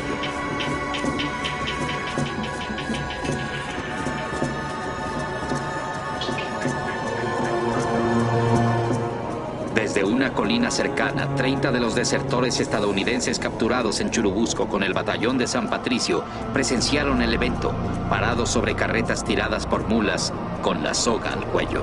Finalmente la bandera de Estados Unidos se izó sobre el castillo. Chapultepec había caído. Mientras sondeaba la bandera de las barras y las estrellas, el oficial encargado de la ejecución dio la señal y las carretas avanzaron.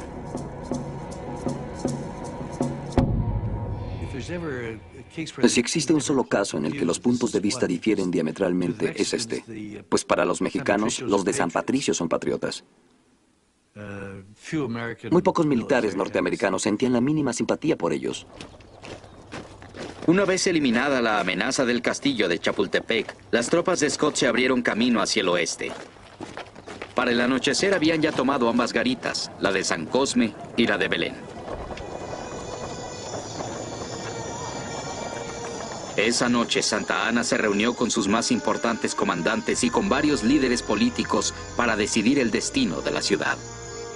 Yo creo que de los momentos más trágicos en la historia de México es justamente esa noche del 13 de septiembre, cuando justamente el último recurso, la última posibilidad, o casi la última posibilidad, de la defensa de la Ciudad de México, se había agotado. Y evidentemente para el hombre, para el general Santa Anna, es terrible tener que aceptar que volvió a fracasar. Poco después de las 11, un carruaje llegó por el general Antonio López de Santa Anna. Más tarde esa misma noche, 9,000 tropas lo acompañaron hasta la salida de la ciudad.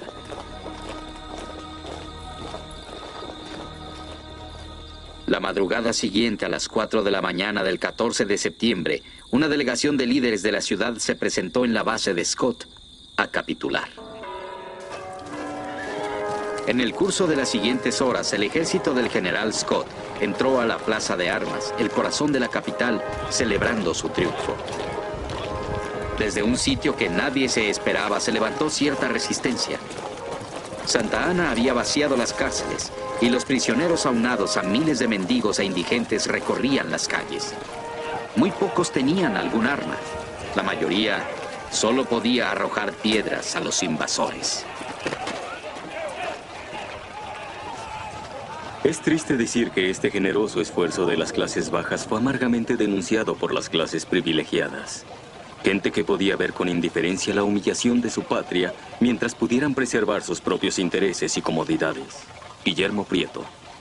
Entonces es claro para mucha gente que si se arma a estos campesinos o a clases bajas de la sociedad, barren con los 10,000 soldados de Scott y se siguen en una revolución social por toda la sociedad nacional. Eso no lo pueden permitir. Entonces prefieren perder lo que haya que perder frente a los Estados Unidos antes de arriesgar una conmoción social que borre del mapa las clases de privilegio en México. Cuando los estadounidenses afirmaron el control de la capital, Santa Anna renunció a la presidencia. Manuel de la Peña y Peña, el presidente de la Suprema Corte de Justicia, se convirtió en presidente de México. En menos de un mes, de la Peña y Peña ordenó una corte marcial para Santa Anna y lo destituyó del mando. Fugitivo de su propio gobierno y perseguido por los soldados estadounidenses, Santa Anna huyó finalmente a su exilio en Jamaica. En un mensaje de despedida a su país, se exculpó con una familiar combinación de autocompasión y orgullo.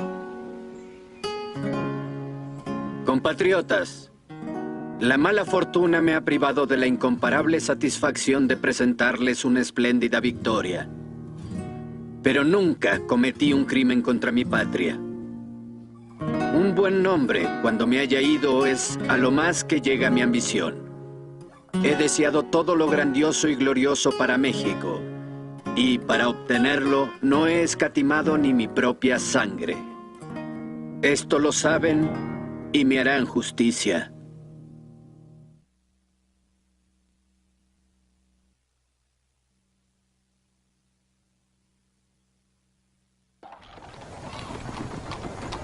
Aún con las tropas estadounidenses controlando la Ciudad de México, Winfield Scott se enfrentaba a una situación peligrosa. Los Estados Unidos nunca habían ocupado una capital extranjera. Todo lo acontecido hasta entonces, los sacrificios de ambos lados, no significarían nada sin un tratado. Era el momento que el comisionado para la paz Nicholas Trist había estado esperando, una oportunidad para reclamar su lugar en la historia. Pero antes de poder iniciar las pláticas, Trist recibió un avasallador despacho proveniente de Washington. Estaba despedido. 6 de octubre de 1847. El presidente, en el convencimiento de que la prolongación de su presencia con el ejército no puede traer ningún bien, me ha instruido a relevarlo de su misión. Él ha decidido no hacer más ofertas de negociar con el gobierno mexicano. Ahora ellos han de implorar la paz. James Buchanan, secretario de Estado de los Estados Unidos.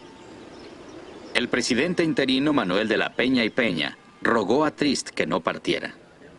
Durante semanas los líderes mexicanos se habían esforzado por configurar un gobierno lo suficientemente estable para siquiera intentar una negociación. En este momento se hace necesaria para los mexicanos también la negociación, porque hay el temor de la pérdida completa del territorio mexicano o de más territorio del que ya había sido ocupado en el norte y demandado por los Estados Unidos. En México ambas partes confiaban en Trist. Sin él todos temían que las negociaciones se desplomarían. Bajo presión tanto de Scott como de la Peña y Peña para que no se marchara, Trist tomó una decisión. En una condescendiente carta de 65 páginas, informó a Buchanan su intención de desobedecer al presidente. De no aprovechar de inmediato la presente oportunidad, podría perderse toda posibilidad de celebrar un tratado, quizá para siempre. Trist sabía que su réplica demoraría semanas en llegar a Washington y que pasarían aún más semanas antes de que recibiera una furiosa respuesta. Mientras tanto, él intentaría negociar la paz. Las pláticas duraron 2 meses, pero para fines de enero de 1848, Nicholas Trist y los comisionados mexicanos para la paz habían convenido en la mayor parte de los términos del tratado. Estados Unidos pagaría a México $15 millones. Los territorios de la Alta California y Nuevo México serían cedidos a los Estados Unidos. Los mexicanos pelearon muchísimo por no ceder Nuevo México. Pelearon por retener el sur de California, que también era el más habitado por mexicanos.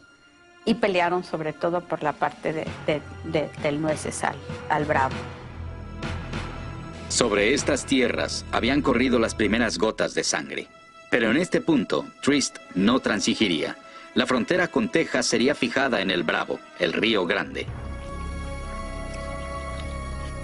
Los mexicanos que residían en territorios transferidos a los Estados Unidos tendrían 2 alternativas.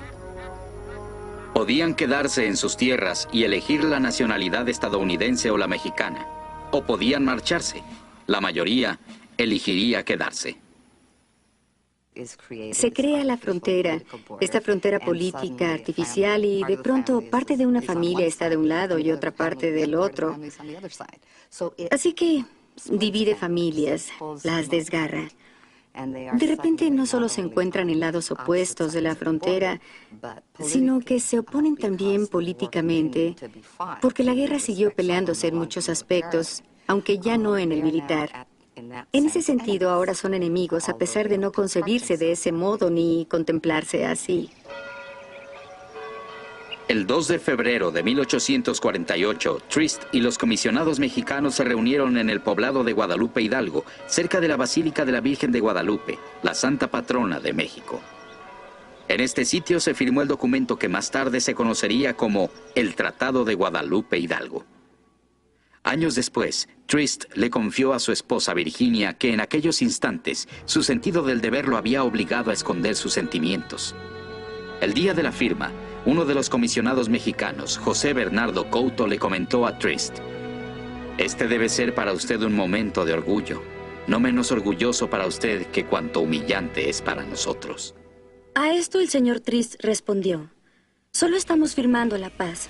Dejemos que sea esto lo único que ocupe nuestros pensamientos». Pero al contárnoslo a nosotros, dijo: «Si esos mexicanos hubieran podido escudriñar mi corazón en esos momentos, hubieran sabido que mi sentimiento de vergüenza, como americano, era mucho más intenso de lo que podría ser el de ellos». Virginia Trist. El tratado llegó a Washington el 19 de febrero.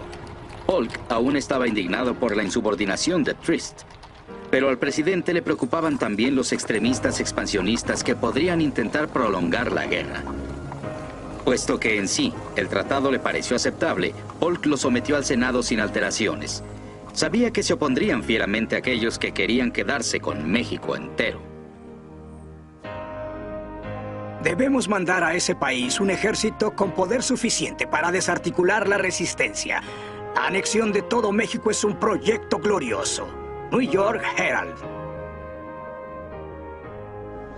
Pero había otros en el Senado que temían las consecuencias que podría tener el otorgar la ciudadanía a los mexicanos.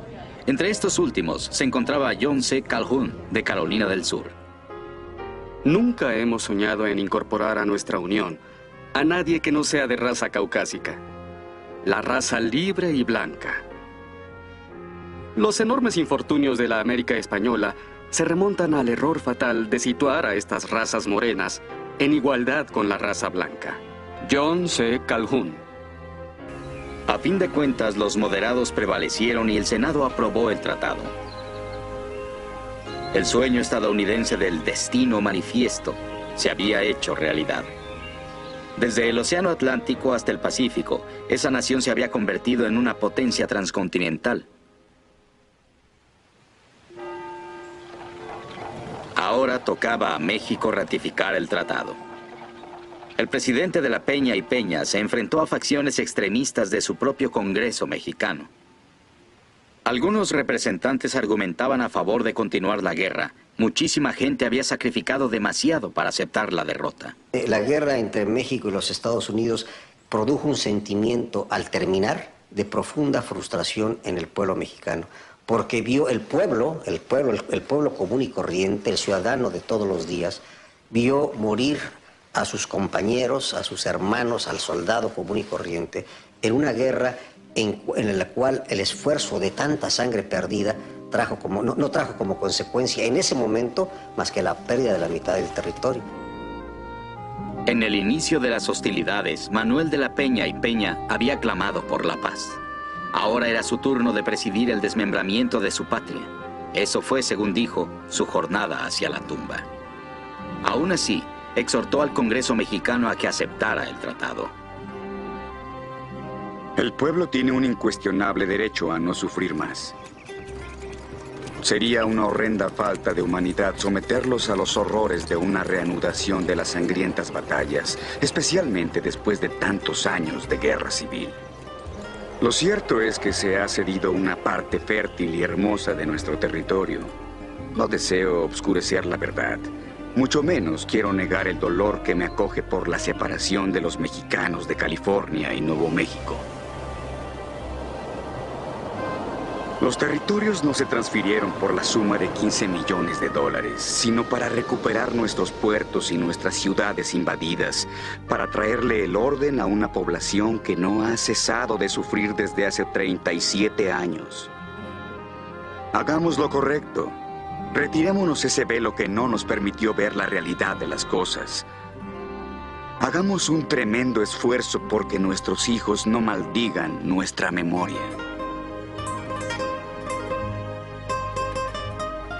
El 30 de mayo de 1848, el Congreso mexicano aprobó el tratado.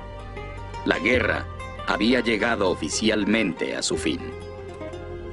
Era el fin de todo un sueño, el fin finalmente de la grandeza novohispana. Se había disipado, ya no existía desde hacía tiempo, pero todavía quedaban resabios y de repente, pues era obvio que todo era historia.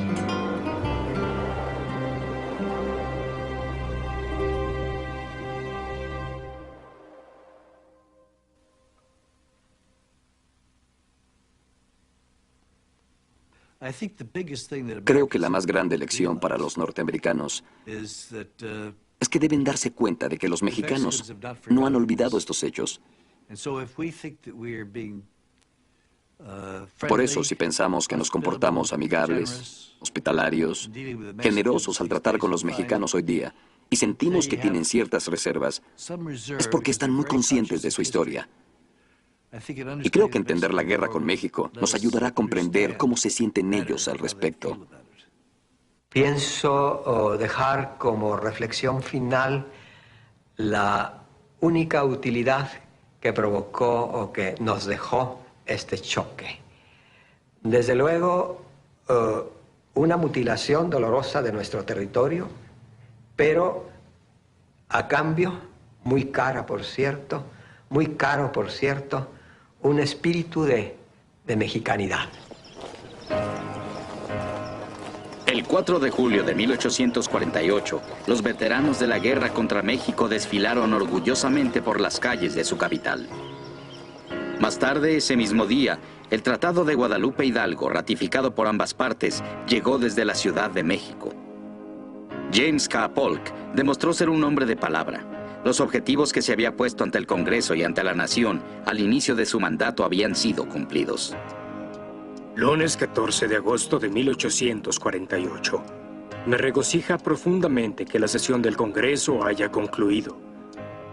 Mi largo confinamiento y la enorme labor me han dejado exhausto y tengo la absoluta necesidad de tomar un descanso.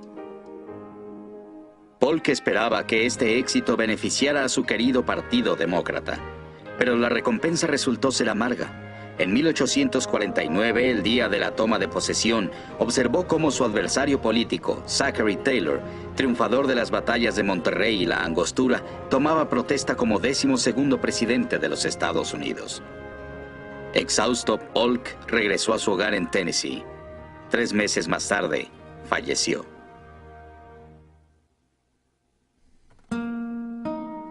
Aún después de ser derrotado en batalla y desterrado al exilio, Antonio López de Santa Anna volvería a ser convocado a la presidencia de su país una vez más, en 1853.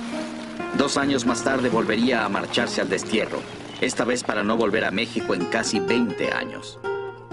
Me he bebido la copa de la amargura gota a gota. No obstante, congratulo con el más enorme placer al compatriota afortunado que trae la paz a su tierra natal. Santa Anna vivió sus últimos años en la oscuridad, sin la riqueza y la fama que tan ávidamente había perseguido en su juventud. Al final, lo único que le quedaba era la lealtad de su esposa, doña Dolores Tosta de Santa Anna.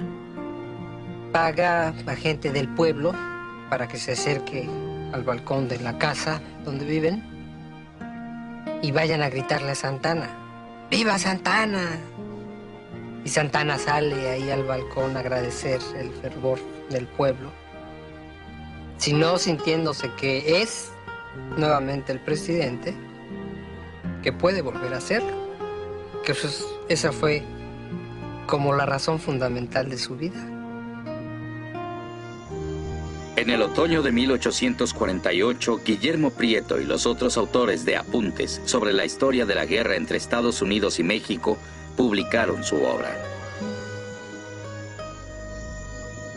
En nuestros corazones queda un sentimiento de tristeza por las atrocidades que la guerra produjo.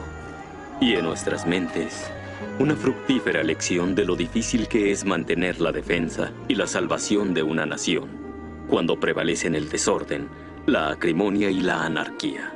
Guillermo Prieto. Para México, perdimos el territorio. Pero la experiencia de ser invadidos nos dio a los mexicanos los elementos necesarios para pensar y recomponer a nuestro país y consolidar nuestra nación. En los años siguientes a la guerra contra Estados Unidos, México continuaría luchando con las divisiones políticas, las guerras civiles y las intervenciones extranjeras. Pero en 1867, después de la Guerra de Reforma, el presidente Benito Juárez logró unificar a México y repeler la invasión francesa. A diferencia de la República dividida que había enfrentado a los Estados Unidos, México se había convertido en una nación más vigorosa. Aún así, la invasión estadounidense quedará por siempre grabada en la memoria. Es difícil superar una derrota tan traumática y tan dolorosa. Pero con el tiempo tendremos que asimilar eso. De hecho, pues ya pasó mucho tiempo y tenemos otras cosas más importantes que hacer para construir una nación viable, moderna, progresista, libre, justa. En los Estados Unidos, muchos norteamericanos quedaron convencidos de que la suya era una república para la posteridad, un modelo para el resto del mundo. El ejército profesional que Winfield Scott condujo a la victoria contribuyó a convertir a los Estados Unidos en una potencia internacional. Existía un sentimiento popular de que los Estados Unidos tenían este destino de convertirse en líderes mundiales en desarrollo industrial, actividad comercial e incluso en lo que se refiere al progreso de las artes, las ciencias y el avance intelectual. Todo esto es parte de esta idea de lo ilimitado, de esta noción romántica de que a través de un acto de voluntad, los individuos, los norteamericanos, pueden lograr la grandeza para ellos mismos y para su nación. Pero la súbita expansión de los Estados Unidos inflamó un tema que había perseguido a la nación desde su nacimiento. ¿Sería esta una tierra de esclavos o de gente libre? Esta pregunta conduciría a la República a una guerra civil. Cuando los generales Robert E. Lee y Ulysses S. Grant finalmente se estrecharon las manos en Appomattox en 1865, intentaron relajar el momento hablando de las experiencias vividas en México, 18 años antes. Hacia el final de su vida, Ulysses Grant, desilusionado, escribiría acerca de la guerra contra México. Miro hacia atrás, hacia esa guerra, como una de las más injustas jamás peleadas por una nación más fuerte contra una más débil.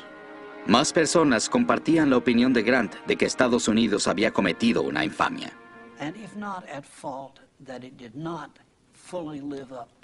Aun si no lo llamamos infamia, definitivamente no estaba atendiendo a su ideología, tal como ésta se expresa en los más nobles textos de Estados Unidos sobre la democracia y la libertad. Esta fue una guerra de agresión en la que atacamos a nuestro vecino. Y sin importar cuánto hayamos ganado de esta guerra, no nos gusta mirar la forma en que ganamos. Las tierras arrebatadas a México se convertirían en una importante fuente de riqueza para una creciente nación estadounidense. El descubrimiento del oro en California desató una gran corriente migratoria de emprendedores y pioneros en busca de nuevas oportunidades. Para los nativos americanos sería la última invasión de sus tierras natales y el principio de otra lucha por la supervivencia que continuaría durante generaciones por venir. En el lejano pasado, el mundo parecía ser suficientemente grande para el piel roja y el hombre blanco. Un día, él vino a comerciar. Ahora viene a luchar. Se cubre el rostro con nubes de celos e ira y exige que nos marchemos. Seitanquia, oso sentado.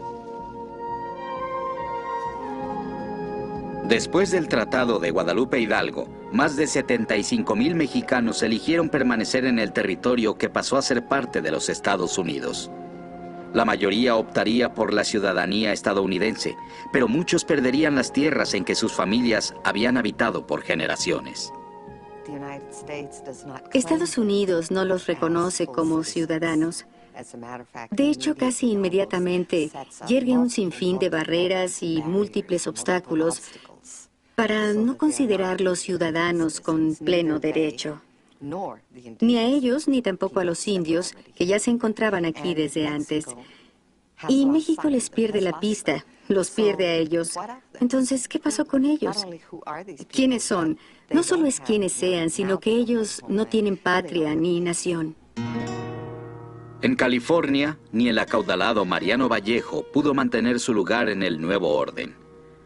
En lo que muchos opinan fue una violación flagrante del Tratado de Guadalupe Hidalgo, Vallejo fue obligado a comprobar la validez de las mercedes de tierra que le había hecho México.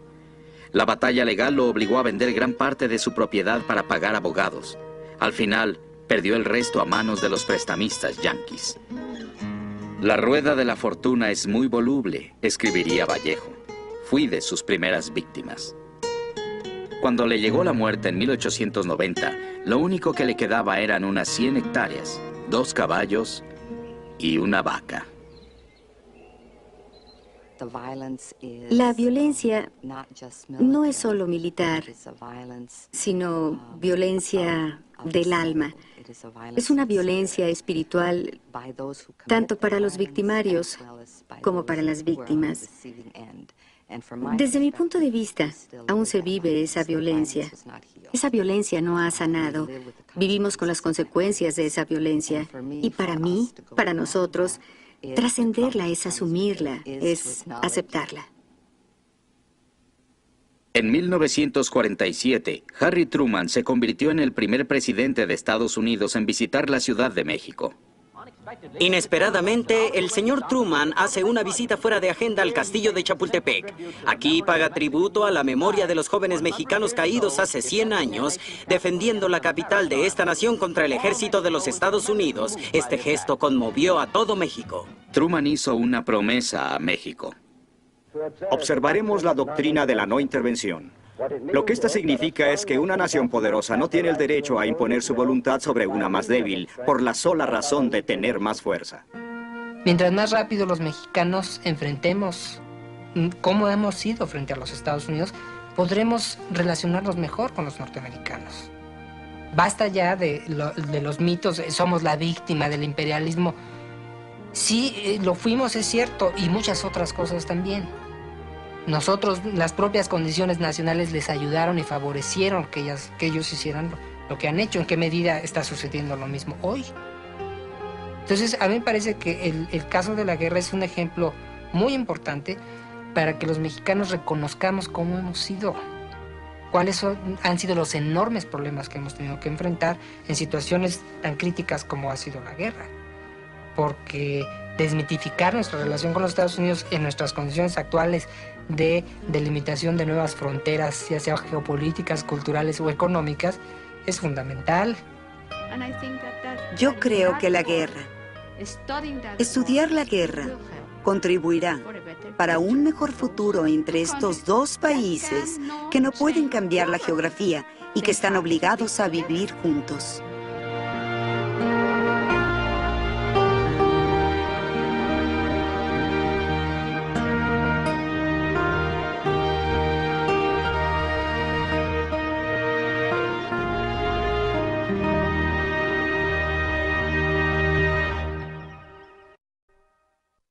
To learn more and talk with others about this series, visit the bilingual U.S.-Mexican War website at www.pbs.org.